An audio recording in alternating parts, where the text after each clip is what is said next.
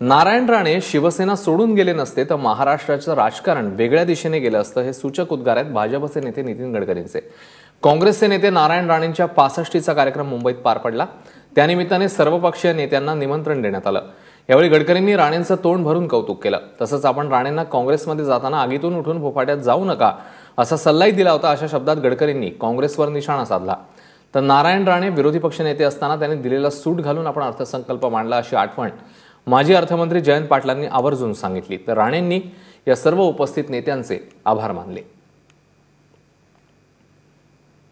केंद्रीय रस्ते वाहतूक मंत्री नितीन गडकरी नारायण राणे यांच्याबद्दल यावेळी बोलताना काय म्हणालेत बघूया.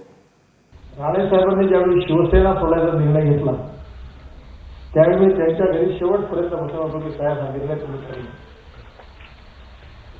आणि मी आज तुम्हाला सांगतो, जर राणे साहेबांनी शिवसेना सोडली नसती तर आजचं महाराष्ट्राचं राजकारण वेगळ्या दिशेने गेलं.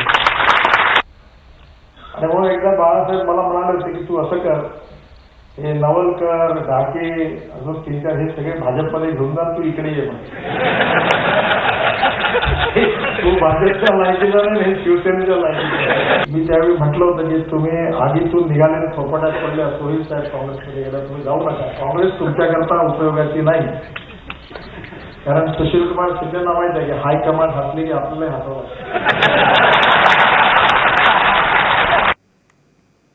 आणि यावेळी राणेंबद्दल बोलताना माजी अर्थमंत्री जयंत पाटलांनी त्यांच्या आठवणींना उजाळा दिला. बघूया.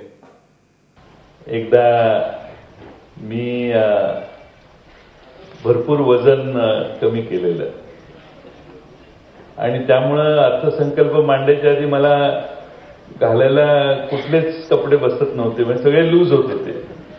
मी त्यानंतर मी घरी होतो त्यावेळी, मी विधान भवनात गेलो. माझ्या दालनात एक माणूस उभा होता. म्हटलं काय काम आहे, सगळी माणसं गेल्यावर तर तो निघेच ना. तो म्हणला नाही आपका माप लेने का है. माप क्यों लेना है. म्हटलं आपका माप लेने का है, मेरे को ऑर्डर हुआ है. म्हटलं ऐसा हम माप नहीं लेते. म्हणजे राणे साहेबने भेजा आहे. दुसऱ्या दिवशी सकाळी 11 वाजता त्या गमारामधून मला एक ड्रेस आला. मी आयुष्यात गव्हाणामध्ये कधी पाऊल ठेवलेली पुढेही नाही मागेही नाही. पण मी त्या दिवशी सभागृहात माझ्या बजेटचं भाषण जे होतं ते वाचताना विरोधी पक्ष नेत्यांनी दिलेला सूट घालून मी माझं आणि यावेळी सुशीलकुमार शिंदे यांनी देखील काँग्रेस पक्ष लढाऊ नेत्यांना पक्षात आणण्यात पटाईत आहे असं सांगत एक आठवण सांगितली. बघूया ते काय म्हणाले. म्हटलं आज घुसलो काय राणे साहेब म्हणाल तुम्ही एकटे जेवता मुख्यमंत्र्याला बोलवत नाही. अहो या म्हणाले. आणि मी घुसलो तसा. तर काँग्रेसवाले हे घुसण्यात एक्सपर्ट असतात आणि ते कधी घुसून कधी कोणाला बाहेर काढतील हे सांगतात. आणि ते काँग्रेसमध्ये आले. चुकीचा कधी विचार करणार. नारायणराव असे आहेत, ते त्यांचं जीवन सगळं एका क्लार्क पासून एवढं सगळं स्वतःचं संपूर्ण आयुष्य त्यांनी उभं केलेलं आहे. हा माणूस असं वेड्या वाकडं कधीही निर्णय घेऊ शकणार नाही.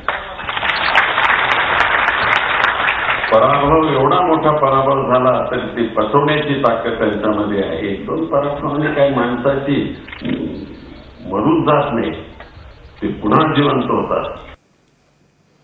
आणि यावेळी राणेंनी देखील राजकारणामध्ये कोणीही शब्द पाळत नाही, पण आपण सुशीलकुमार शिंदे यांच्यासाठी शब्द पाळला होता असं सांगत एक किस्सा सांगितला.